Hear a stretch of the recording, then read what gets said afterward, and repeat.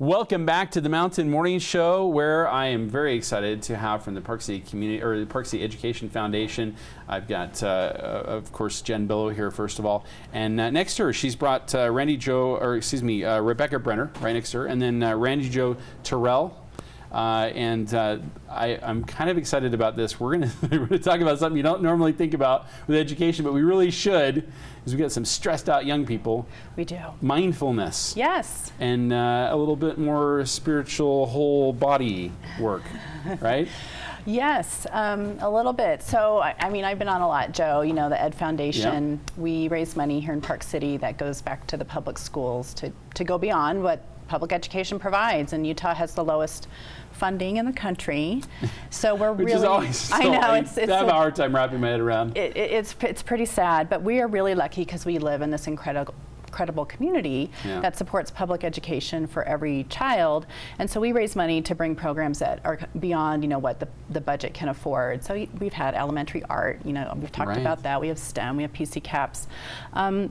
And one thing that happened this past year, as a lot of your viewers may know, is we had a tough year. We had the 2 boys at Treasure Mountain, our junior high, who died of opioid overdose.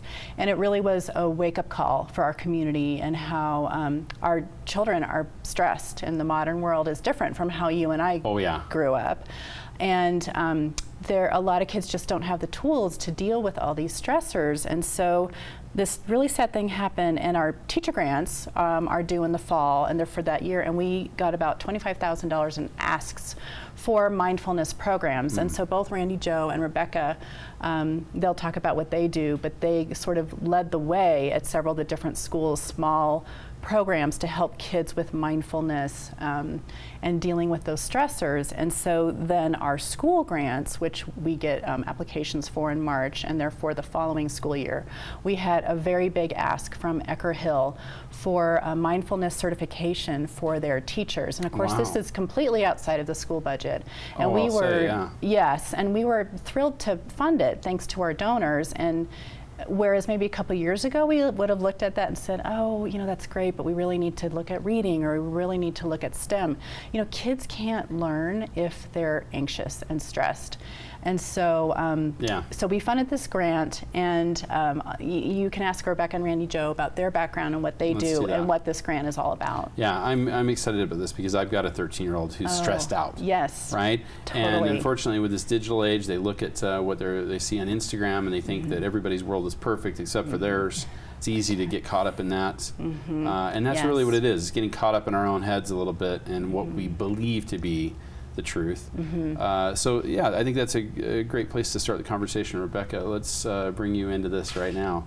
Talk about what you're bringing to the table for that, you know, to sort of alleviate some of those stressors.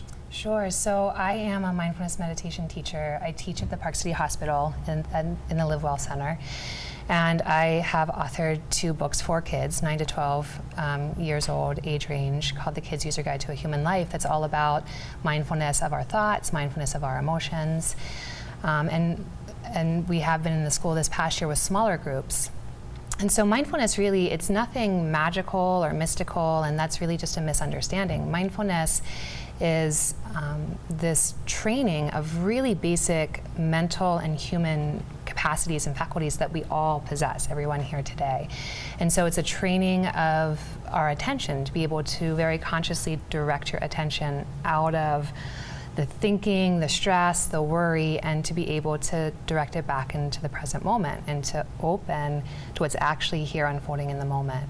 And then there's the component of emotional regulation, that fear comes up or anger comes up, and instead of letting that overwhelm you, you learn these really basic skills to take care of those emotions, and then to be able to interact instead of react from that place of emotionality. I really like that. I think maybe I'm hearing something I want to ask about. I see with my child an awful lot, and I think as adults, we seem to come up with what basically are coping mechanisms, which are not the same thing here. No. Coping mechanisms are our weak way of getting by day to day, when we could probably come back to something that's a lot more centered, I guess is the word. Yes, and that's exactly right. As we, kids learn these coping mechanisms, and then they become adults, and those coping mechanisms stay with them forever. And probably everyone here on the couch and in the chair can say that they know what some of their coping mechanisms are that aren't that effective. Right.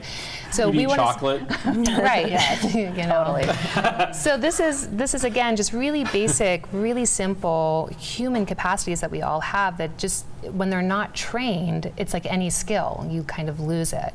Whereas if we can start at these younger ages and train kids how to know what attention is, know the difference between attention and being lost in thought, and to cultivate attention, then that becomes a mechanism that they can go to that's actually really effective in dealing with life's challenges, instead of creating some sort of sideways coping mechanism. Which often fail. Which always fails. Thank you. It helps you for maybe a certain point to get through a situation that is challenging that as a kid you can't kind of figure out, but then as you become an adult, it pretty much always fails. Not to mention the fact that it probably creates some new problems, and my eating chocolate one certainly did that. Right. For sure. All right, let's turn our attention for a moment to Randy. Randy Joe, tell me a little bit about your side of this as well. So I have been teaching yoga to kids for 12 years. I've been teaching adults for about 20, but really focusing on kids for the past 12 years. And I've been in and out in the preschools, the elementary schools, middle, junior high for probably about the past 6 years doing yoga classes after school for kids. But the last 3 years, I've really been focusing more on the mindfulness aspect. I've been doing mindful Monday mornings at Trailside and bringing it more into my classes and my family classes. And what I'm noticing is that these kids are just super hungry for tools. Just simple things that they see as fun. They see as like, oh, this is kind of neat. I want to try that. And they eat it up and they use it and they love it. Instead of a fidget spinner or whatever they're called, they can do a simple breathing exercise or a way to focus or do something a little bit different that's interesting for them and exciting. But they don't need anything. They don't need to buy anything or go anywhere. They can just sit where they are, take a moment, take a little mental break, use this tool and bring it into their day. And that's what we're trying to do is the program we're bringing into the schools is to train the teachers so that the teachers can integrate these skills and these little tools into the classroom without, changing their day or adding something huge to their curriculum. It's just little snippets that the kids begin to enjoy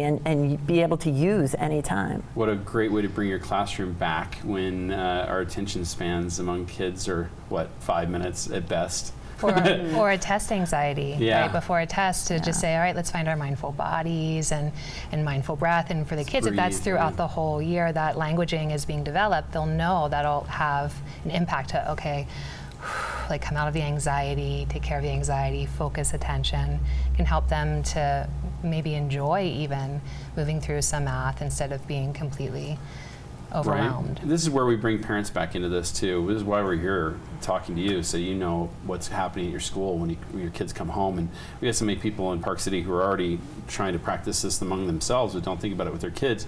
But state-dependent learning becomes an issue here where, we're going to teach them to take a test by breathing and relaxing and things, but learning and taking the time of doing homework needs to be thought of that same way. This is a good place for parents to come in and be part of that experiment as well. Well, I think you're right, and one of the things we're excited about to see this program really be scaled, and now with the Ed Foundation, we have people who assess our programs. So whereas Rebecca and Randy Joe have been doing this for a while, well, now at Ecker we're going to have this bigger program. We can watch it all year, look at the data, and then see what works, what doesn't work, and then see if we want to scale this bigger to the school district. That's part of what the Ed Foundation does, and we're all really excited about that. And a parent piece, can be a part of this. As I was listening to Randy Joe, I was thinking of a story. One of our staff members, her daughter goes to Trailside, and she came home and she said, Mommy, so-and-so who always fights on the playground, instead of fighting the other day, he sat down and he breathed. Wow. And we just thought that was amazing. That was a great example of a kiddo who was letting that anger just get the better of him and go crazy and start fights, and instead he sat down and breathe. And here he's learning this. I think, he's a classmate, so that's 3rd grade. That's amazing. Yeah, it is. I am really excited about this. I think this is going to have tremendous benefit to our young people. So I want to thank you guys so very much. This is just an amazing way to look at, the whole side of our children on their education. And again, you think about it from the perspective of testing and just everyday anxieties that come up. We're just absolutely bombarded with what expectations are not only put upon us, but the ones we put upon ourselves. Yeah. And that our children are putting upon themselves that you don't know. Right. This is a great alleviator to that stress. Thank you guys so very much. Thank This you, is Joe. awesome. Thank you. Park City Education Foundation, this is where all that good benefit of running with Ed and everything else is going to. So I want to thank you guys for being a participant there already, but now it's time to step it up as well and participate at home with your children to make sure that they are centered there so they can be centered at school. So at the end of the day, when they're on their own, they know where to find that place again.